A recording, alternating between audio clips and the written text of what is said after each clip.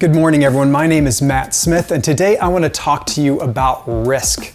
So let's start by talking about the different ways that we make risky decisions. So usually when we think of risk, we're talking about making a big, bold new decision. It's about deciding to go out of state to go to college. It's about deciding to leave your company to start your own business. It's about deciding to do something that no one around you has quite done before, and therefore it feels risky.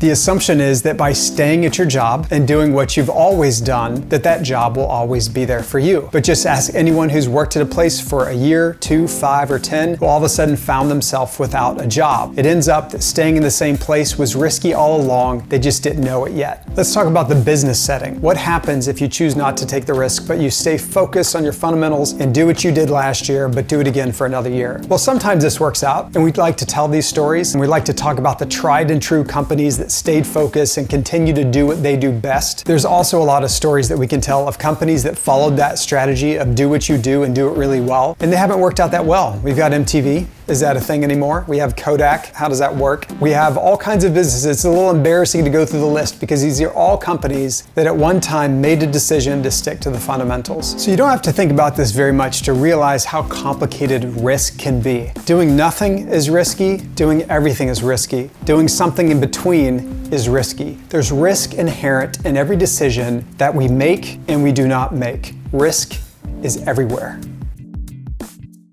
So I've created an exercise that helps you kind of get the best of both worlds, and it's about making a calculated risk. Now, a calculated risk is more than just an informed decision. Like, we're all familiar with that idea that I'm making a decision and I've been informed of all the reasons why I should and shouldn't do it. But when you make a calculated risk, it's a little bit more systematic, it takes a little bit more time, but it's absolutely a good process for you and your team at your office when you're trying to make a difficult decision, or for you in your personal life. If you know that to take that next step in life is going to take some risk, this can definitely help you get where you want to go and to make a decision you can be very proud of. The process is fun, it's rewarding, it's about 2 cups of coffee worth of meeting, planning, and thinking, but I promise you that when you're done with this exercise, you're going to be more confident about the risks that you're going to take, and you're going to be so excited about the places that it's going to take you. So let me get real meta with you right now. There is 0 risk you took to watch this video, maybe a few minutes out of your life. It feels a little bit more risky to download a PDF on your computer, on your phone. It feels even more risky to print it out. This is something new, something I wasn't planning on doing today. But if you take this and use it to make a big decision in your life, what do you have to lose by giving 10, 15, 30 minutes to planning out a calculated risk in your life? What do you have to lose? It's not very risky.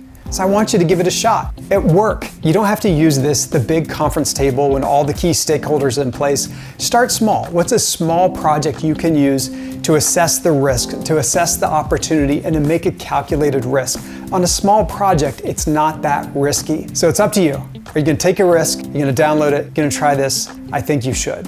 That's it for me today. My name is Matt Smith with Smith House Design.